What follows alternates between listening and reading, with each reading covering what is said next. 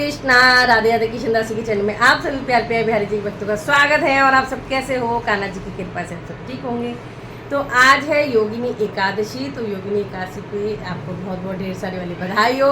तो चलिए जी कथा शुरू करते हैं। वीडियो पसंद आए तो लाइक शेयर एंड कमेंट जरूर से करना।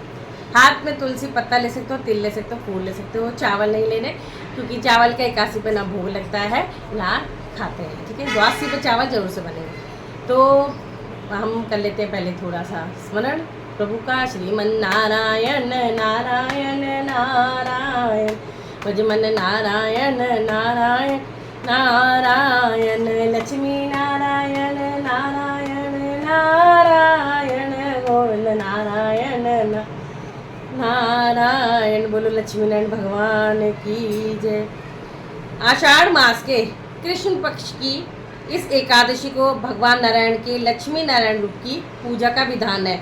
इस एकादशी का व्रत करने से संपूर्ण पापों का नाश होता है। योगिनी एकादशी का व्रत करने से किसी के द्वारा किए गए श्राप का निवारण भी हो जाता है। इस व्रत को करने वाला इस लोक में सभी सुख को भोगकर अंत में मोक्ष प्राप्त करता है। युधिष्ठिर ने पूछा, वासुदेव, आषाढ़ के कृष्ण पक्ष में जो एकादशी होती है उसका क्या नाम है? कृपया उसका वर्णन कीजिए। भगवान श्री कृष्ण बोले, हे राजश्रेष्ठ, आषाढ़ के कृष्ण पक्ष की एकादशी का नाम योगिनी है। यह बड़े बड़े पापों का नाश करने वाली है। तीनों लोकों में यह एकमात्र व्रत है। मैं आपसे इसकी कथा कहता हूँ।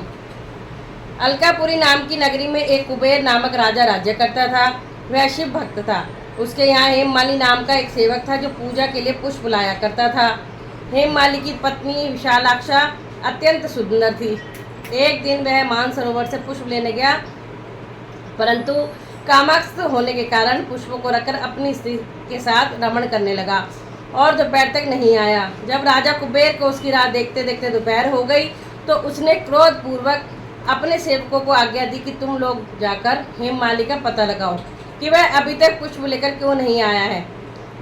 जब यक्षों ने उसका पता लगा लिया तो वे कुबेर के पास आकर कहने लगे कि हे राजन, वह माली अभी तक अपनी स्त्री के साथ रमण कर रहा है। यक्षों की इस बातों को सुनकर कुबेर ने हेममाली को बुलाने की आज्ञा दी। हेममाली राजा कुबेर के सम्मुख डर से कपकपाता हुआ उपस्थित हुआ और प्रणाम किया। उसको देखकर राजा कुबेर को महान क्रोध आया। उसने कहा, हे पापी, महानीच, कामी, तूने मेरे पूजने ईश्वरों की भी ईश्वर शिवजी जी का अनादर किया है। इससे मैं तुझे श्राप देता हूँ कि तू स्त्री का वियोग भोगेगा और मृत्यु लोक में जाकर कोढ़ी हो जाएगा। कुबेर के श्राप के प्रभाव से वह उसी क्षण स्वर्ग से पृथ्वी पर गिरा और कोढ़ी हो गया। उसकी स्त्री भी उसी समय अंतर्धान हो गई। मृत्यु लोक में जाकर उसने एक महान दुख भोगे, परंतु शिवजी की भक्ति के प्रभाव से उसकी बुद्धि मलिन नहीं हुई। वह हिमालय पर्वत की ओर चल दिया। वहाँ चलते चलते मार्कंडेय ऋषि के आश्रम में पहुँचा। वह ऋषि अत्यंत वृद्ध तथा तपशाली थे। उनको देखकर वह हेममाली वहाँ गया और उनको प्रणाम करके उनके चरणों में गिर पड़ा। इसको देखकर मार्कंडेय ऋषि बोले कि तूने कौन से कर्म किए जिससे तू कोढ़ी हुआ और महान दुख भोग रहा है? इस पर हेममाली बोला कि हे मुनि, मैं यक्षदान कुबेर का सेवक हूँ। मैं राजा की पूजा के लिए नित्य प्रति पुष्प लाया करता था। एक दिन अपनी स्त्री के साथ विहार करते करते मुझे देर हो गई और दोपहर तक पुष्प लेकर ना पहुँचा, तो उन्होंने मुझे श्राप दिया कि तू अपनी स्त्री का वियोग और मृत्यु लोक में जाकर कोढ़ी बनेगा तथा दुख भोगेगा, जिससे मैं कोढ़ी हो गया और महान दुख भोग रहा हूँ। अतः आप कोई ऐसा उपाय बताइए जिससे मेरी मुक्ति हो। इस पर मार्कंडेय ऋषि बोले कि तुमने मेरे सम्मुख सत्य वचन कहे हैं, इसलिए मैं यदि तू आषाढ़ माह के लिए तेरे उद्धार के लिए एक व्रत बताता हूँ। यदि तू आषाढ़ माह के कृष्ण पक्षी योगिनी एकादशी का विधि पूर्वक व्रत करेगा तो तेरे सभी पाप नष्ट हो जाएंगे। इस पर हेममाली बहुत प्रसन्न हुआ और मुनि के वचनों के अनुसार योगिनी एकादशी का विधि पूर्वक व्रत किया। इसके प्रभाव से वह फिर अपने पुराने रूप में आ गया और अपनी स्त्री के साथ विहार करने लगा। हे राजन, इस योगिनी का कथा का फल 88 सहस्त्र ब्राह्मणों को भोजन कराने के बराबर है। इसके व्रत से समस्त पाप नष्ट हो जाते हैं और स्वर्ग की प्राप्ति होती है। बोलो श्री हरि विष्णु भगवान की जय, लक्ष्मी नारायण भगवान की जय। श्रीमन नारायण नारायण नारायण, भजवन नारायण नारायण नारायण। चलिए जी सभी एकादशी के नाम ले लेते हैं।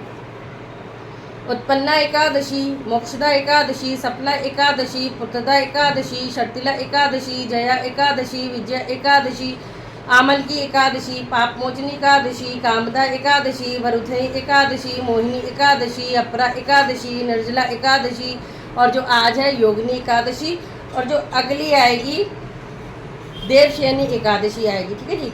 फिर कामिका एकादशी, रुद्रदा एकादशी, अजय एकादशी, परिवर्तनी एकादशी, इंदिरा एकादशी, पापान कुंशा एकादशी, रमा एकादशी, प्रबोधनी, पद्मनी और परमा एकादशी। जय जय श्री राधे। तो आशा करती हूँ आपको कथा पसंद आई होगी। तो आपको क्या करना है, लाइक करना, शेयर करना, कमेंट करना और जय श्री कृष्ण, राधे राधे, जय श्री राधे।